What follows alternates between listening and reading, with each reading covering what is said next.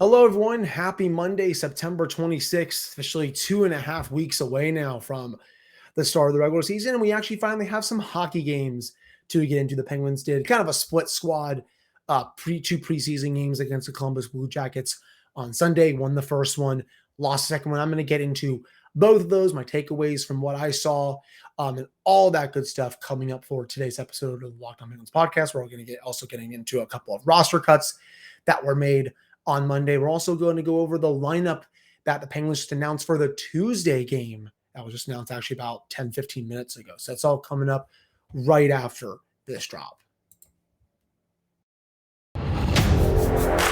You're Locked On Penguins, your daily podcast on the Pittsburgh Penguins, part of the Locked On Podcast Network, your team every day.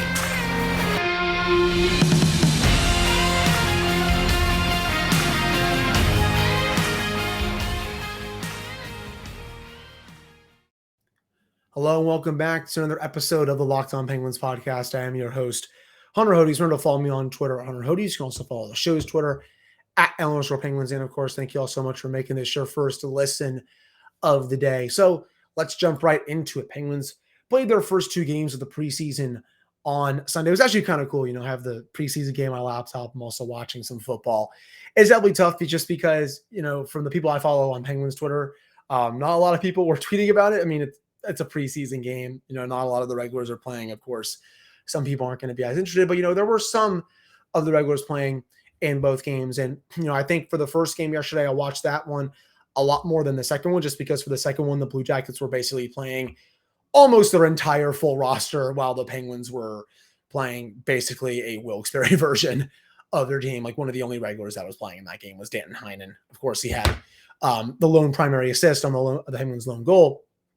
So that game kind of went how I think you all would expect. I'll get to that one a little later on. But for the first one, I noticed some good things in the first period. One player that really stood out to me, I thought, not just in the first period, but I think for the entire game, was Drew O'Connor. He looked to be a lot faster than he was last season. He was also getting to the net a lot more than I had usually seen him get to the net, whether it's down Wilkes-Barre or in the short sample size of the Penguins last year.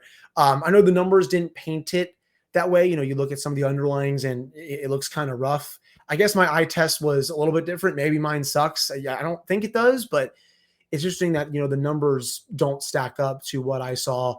Sam Poulin, I thought he was pretty engaged, especially in the offensive zone. He had a couple of really nice scoring chances against Columbus that they were able to turn away. He also got some power play time, which I liked. I'm actually starting to notice him a lot more on the ice. Usually when I watch the preseason games like last year before that, wasn't noticing him at all, just was kind of gliding around the ice. But, for this game, and especially in that first period, looked pretty engaged to me. And I was kind of surprised that, he didn't really score in this game, considering the chances that he did have. Kasperi Kapanen, he looks fine, but the biggest thing for me right now with him, he needs to start being selfish. And I know that's usually not a good trait for a person to have, but when it comes to, the sport of hockey and how he played last season, he needs to start, just when he has the puck on an odd man rush, just take a shot. You need to be selfish. You're the player that struggled last year. The team also just rewarded you with a pretty nice contract extension. You need to show them that they were right to extend you. There were multiple times yesterday. One of them was a 3-on-1 that I saw. I believe Zucker was on the left side and other players behind him. And he has a clear shot to the net where he could probably beat this goaltender, whoever it was. It was not Merzlikins for the Jackets. I think it was like their third or fourth string guy. And he's just deferring for a pass. And it's just like, no, that's not the play there, especially on a 3-on-1. The Blue Jackets are able to break it up and then go back down the other way. Scoring chance was, averted. And again, I want him to be better in those situations. There's also a 2-on-0 Kapanen with Zucker. He defers to Zucker, who puts the puck on net. Nice save. But, again, even in that situation, I know it's a 2-on-0. I know you want the goalie to move, but I still want, I still want him to shoot in that situation. And maybe he passes to Zucker, who passes it back, and then he puts the puck on net. That's also fine with me. But if he's only making one pass and he's not getting the puck back, excuse me, that's not good enough for me. This was a problem for him last year. It's still a problem right now. Looked fine otherwise defensively. Didn't really make any mistakes. I like that the Penguins are finally giving him some penalty killing opportunities. Mike Bellucci usually runs that unit. That was something that I've been preaching a lot throughout the offseason. He did a really good job of it in Toronto. The underlying numbers back that up. If he can get more PK time, that could help him, use his speed to his advantage, potentially get more goals and assists. They really need to try anything at this point to get him going because, how he played last season, how he played last night, for the most part, it's not good enough for me. I know it's only the preseason, but, I want to see him be more consistent overall. And the last thing I noticed for, especially in the first period during the afternoon, Ty Smith's skating is so smooth. I mean, it is a joy to watch him skate with the puck up the ice. He was quarterbacking the top power play unit, doing a really nice job with it. I thought the underlines, not going to paint the best picture, but, to me, at least from the eye test, even though I didn't really look at the numbers that much, I was impressed with how he played. Again, I really do think the Penguins are just going to take him to school, basically put him in the video room and show him, okay, this is what you did wrong in New Jersey. We got to get you to doing this. And, Todd Reardon, especially with what they did with Mike Matheson, I think this is going to work really well. It's going to pay huge dividends for them. And I'm really excited for the future, for his future with this team. I thought it was a good start for him. I know he didn't, he didn't like wow me with some stuff, but overall, at least for the first preseason game, I liked what I saw overall. John Lazat was able to get one of the Penguins' goals. Nice player down in Wilkes-Barre. He plays some minutes defensively. He'll probably be a roster cut at some point. And then also really nice pass from Sam Poulin to set up the tying goal to Andonovski. Also another player that's probably going to start the season in Wilkes-Barre. Came with just under a minute left in the third period. And then the goal of the day, props to Jason Zucker. We'll do some clapping here. Just a beautiful goal by him. He comes around the net. Basically, the Penguins are just swarming Columbus in the offensive zone, comes around the net and, goes on his backhand around a defender, goes to the front of the net and is able to push the puck, shoots it, then kind of goes off him and in the net. But, that's the kind of rush I want to see from Zucker more often. If you all watch the game, then you all know what I'm talking about. I was trying to describe it the best I could, but, he's coming in on his backhand, protecting the puck really well, goes around this defender, was able to get it to his forehand, shoots it to save, but it's able to bounce back. The rebound's able to bounce back off him and into the net. And, again, that's something that we really didn't see a lot from him last year. Part of it is obviously due to injury, but even when he was healthy, he just wasn't crashing the net super often and wasn't going to the dirty areas. If he's able to add that to his repertoire this year, that I think only, helps the case, especially with my bold prediction of him scoring 20 or 25 goals. That's just a goal that, I really enjoyed. And he definitely looked like he enjoyed it too. It was a nice, even though it was a preseason game, he had a nice celebration there. That's for sure. So that was a nice win for the Penguins, even though it's just for the preseason. Liked a lot of the players, a lot of the players' performances. Also, Casey DeSmith in goal. I guess I'll say that looked fine. Didn't really give up any bad goals or anything. I think he only gave up one goal. Anyway, nice to see him back in the net. It's his first game action since obviously the pulled groin in the playoffs. And then Philip Lindbergh came in a little bit rusty. I didn't like really one of the goals that kind of just slid in pretty slowly. I think he should have had that, but he's also coming off a long-term injury as well. So I'm not really too worried about him right now. He's going to get the start in Wilkes-Barre when that season begins. So overall, like that performance for the Penguins, like some of the regulars, like some of the Wilkes-Barre players that played, and especially that Jason Zucker goal was awesome, to say the least. Coming up in the next segment, we're going to get into the second preseason game, what I liked about that, what I didn't like about that. And then, of course, later on for the show, we're going to get to a couple of roster cuts, and we'll also do, I guess, a small preview for the matchup against Detroit Red Wings and go over the roster that was just announced a few minutes ago. But before we get to that, our next partner has a product I use literally every day. I started taking Athletic Greens because, didn't have time for some stuff in the morning, wanted better gut health, more energy, optimized immune system. So what is this stuff? With one delicious scoop of Athletic Greens, you're absorbing 75 high-quality vitamins, minerals, whole food source superfoods, and probiotics to help you start your day right.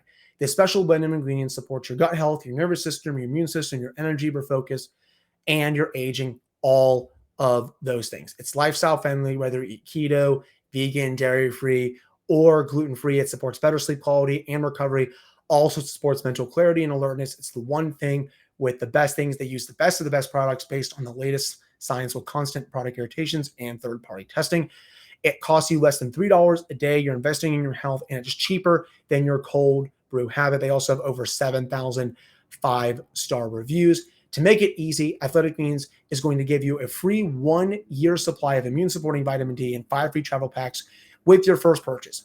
All you have to do is visit athleticgreens.com/NHL Network. Again, that is athleticgreens.com/NHL Network to take ownership over your health and pick up the ultimate daily nutritional insurance. All right, I'm back in this episode of the Locked On Penguins podcast. I am your host, Hunter Hodes. Remember to follow me on Twitter at Hunter Hodes. You can also follow the show's Twitter at @L_Penguins. And of course, thank you all so much for making this your first listen of the day. So Penguins played their second preseason game on Sunday night, and it kind of went the way you would expect when a very baby version of the Penguins is going up against basically the A version of the Columbus Blue Jackets. To put this in perspective, the Blue Jackets had Patrick Laine playing, Jacob Voracek, Jack Roslovic, Johnny Gaudreau, Elvis Verslikins, and basically almost all the regulars playing. Well, the Penguins basically only had Danton Heinen. I'm not kidding. That is basically one of their only regulars that they had in the lineup. You could look at the lines last night. Danton Heinen with Ryan Poehling and Josh Archibald, Drake Caggiula with Radim Zohorna and Alex Nylander, Nathan Legare, Shevkovsky, Frasco, who scored the goal last night, Xavier Ouellet, Jack St. Ivy, Taylor Fedun, P.O. Joseph, Dustin Tokarski was starting. It was literally the Wilkes-Barre Scranton version of the Penguins last night. And Penguins lost 5-1. Probably should have been a worse blowout. I don't think the Penguins played very well. That said, who stood out to me in this game? Heinen looked good. And, he should. He's basically the only regular playing. He got the primary assist on the Frasca goals. A nice shot from Frasca, by the way, to make it 4-1 for a brief time. He's probably going to start the season in Wilkes-Barre. He's not going to make this team, at least in my opinion. I also like the chances that Ryan Poehling was getting. He had a couple of really nice shots on net that Merzlikins had to be careful with. I think if he had a little bit of an off night, I definitely could have seen him scoring a goal or two. I was that was a good first impression, at least for me on Poehling. I don't think he's going to be like the team's third line center or anything, but he definitely has the potential to win at least that fourth line left wing spot. I liked how he played. Radim Zohorna, thought he was fine. Didn't really do anything to stand out, at least to me. Obviously, he has a big frame, long reach. I think right now he probably is a bit of a long shot to make the team out of camp just because there's a few players above him on the depth chart, but obviously he'll be one of the top call-ups if he does get sent down to Wilkes-Barre. POJ, thought he looked fine, but he's also playing with Taylor Fedun, so I really can't evaluate that too much. Justin Dokarski, I'm not really going to sit here and evaluate his performance too much. He's going up against the Blue Jackets' top players. There's only really so much he can do, with the team in front of him. And I know some people are saying, how can you really evaluate these kind of players going up against an A team? It's kind of simple. Even though they're going up against NHL regulars, you can still look to see, okay, how are they stacking up to them? Are they moving the puck well? Are they getting some chances? All that stuff. And for the players that I did mention, those players did get chances, and I thought they did play pretty well, at least to me. Again, there's really not too much else talk about when it comes to that game, just because, it's the Wilkes-Barre Scranton version of the Penguins going up against, a really good version of the Blue Jackets. Well, I shouldn't even say a really good version of them, just their A team. But, I think those were the players that really stood out to me. I thought Anson's, he also had a couple of good chances. Legare, thought he was fine. Nylander, didn't really do too much to stand out, but, was still fine. I guess Shevkovsky, he's also a pretty interesting player, a player that's definitely going to, I think, start the season in Wilkes-Barre. As for Josh Archibald, he was on the top line. He had a couple of chances, but he also fired them way over the net. That's not going to work, especially if he wants to win that 12th forward spot. I do want to see more from him. Just from, getting those chances and finishing those chances if he actually wants to get a spot in the lineup on an every night basis. I think right now, a little bit of a slow start for him. He's also not going to be playing in basically the Penguins dress rehearsal game on Tuesday. I'm going to have more on that coming up in the final segment, but not much from him. Again, had a couple good chances, but he's got to be able to at least hit the net on those, to say the least. Making sure I got everything here. One last thing though, Penguins, they did make a couple of roster cuts on Monday afternoon. Defenseman Isaac Bellevue has been reassigned to his QMJHL team, and Ryan McCleary has been assigned to the Portland Winterhawks of the Western Hockey League. Bellevue appeared, I believe, in the first game against the Blue Jackets on Sunday, was a +2, according to the Penguins press release. Did not know that. The Penguins training camp roster is now down to 56 players. So that is the first round of cuts, again, down to 56 players. A couple of defensemen